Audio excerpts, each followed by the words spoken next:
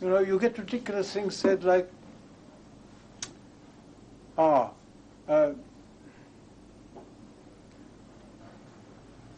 you come and look after these people in the in this particular ward, should we say, of a hospital? They're terminal cancer patients. Terminal cancer. You only got to think about it a bit, you realize what a ridiculous phrase it is.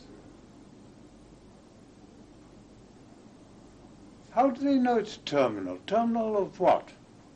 What is the end point of? And in any case,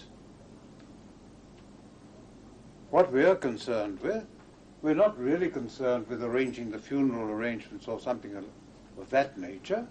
What we're really concerned with is living people.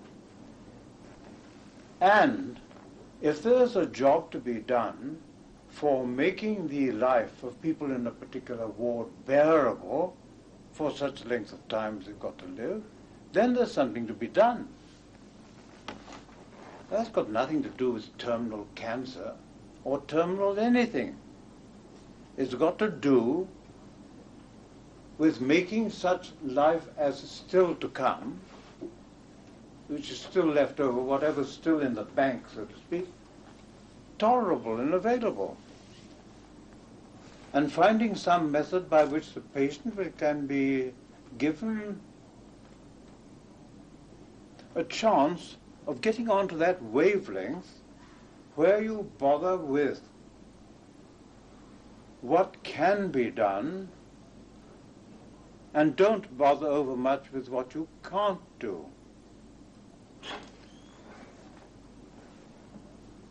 I sometimes think, you know, that there's almost an occupational neurosis of analysts, because so much time is spent in finding out the various mistakes that are made, are faults, sins, crimes, and so forth. And one forgets that it's a very unimportant part of the whole story, because one wants to know, no doubt, what one is bad at. It's quite useful to know that. But the really important thing to know is what part of it are we any good at. So even if you've got somebody who is supposed to be in their terminal stages, the really important thing is, what are they still good for? What would you do with the geriatric patients?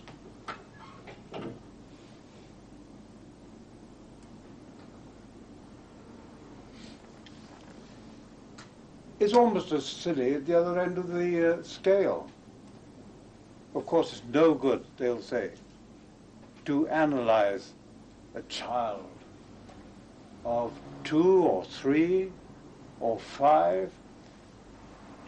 I've even heard fantastic statements talked about not being able to do anything when the fibers aren't myelinated.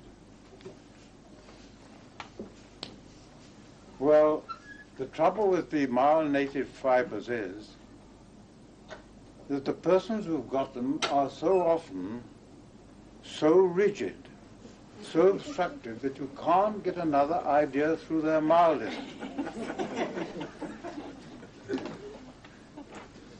On the other hand, if you've got a reasonably intelligent baby, and quite early in the proceedings, you put it in a potty, its non-myelinated bottom seems to know what to do. And you will then proceed to perform very adequately without any fuss or bother. Now, why that is, I don't know. But I think that the infant must have a personality, and so must the old person. however ill they may be, however convinced that they are that they've reached their terminal position. If they had, there's no problem.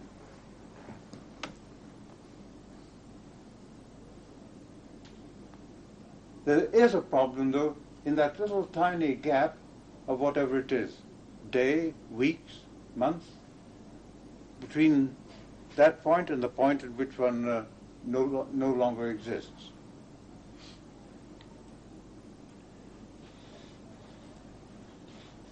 So I think once again one has to get back to this curious business of considering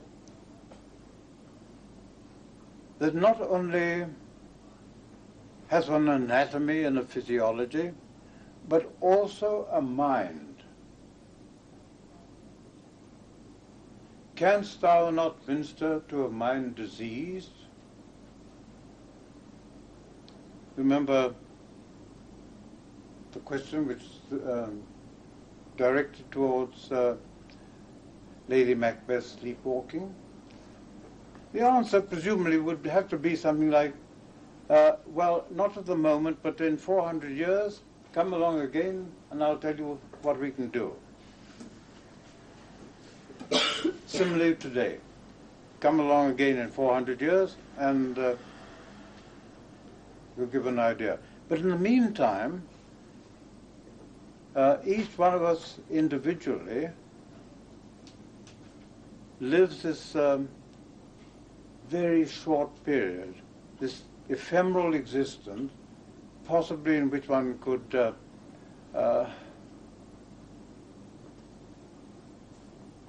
use this hypothetical mind that I'm talking about to contribute something to the general fund.